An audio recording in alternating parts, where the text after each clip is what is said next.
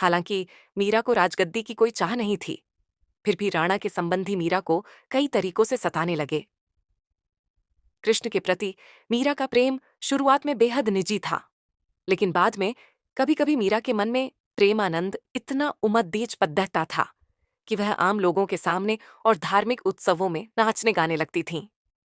वे रात में चुपचाप चित्तौद्दी के किले से निकल जाती थीं और नगर में चल रहे सत्संग में हिस्सा लेती थीं।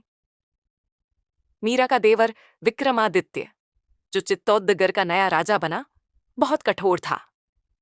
मीरा की भक्ति, उनका आम लोगों के साथ खुलना मिलना और नारी मर्यादा के प्रति उनकी लापरवाही का उसने कड्डिया विरोध किया।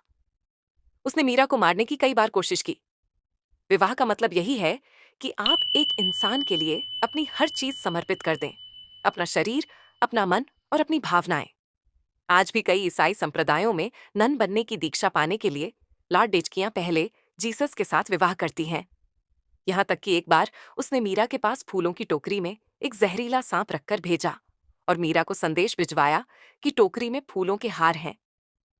ध्यान से उठने के बाद जब मीरा ने टोकरी खोली तो उसमें से फूलों के हार के साथ कृष्ण की एक सुंदर मूर्ति निकली।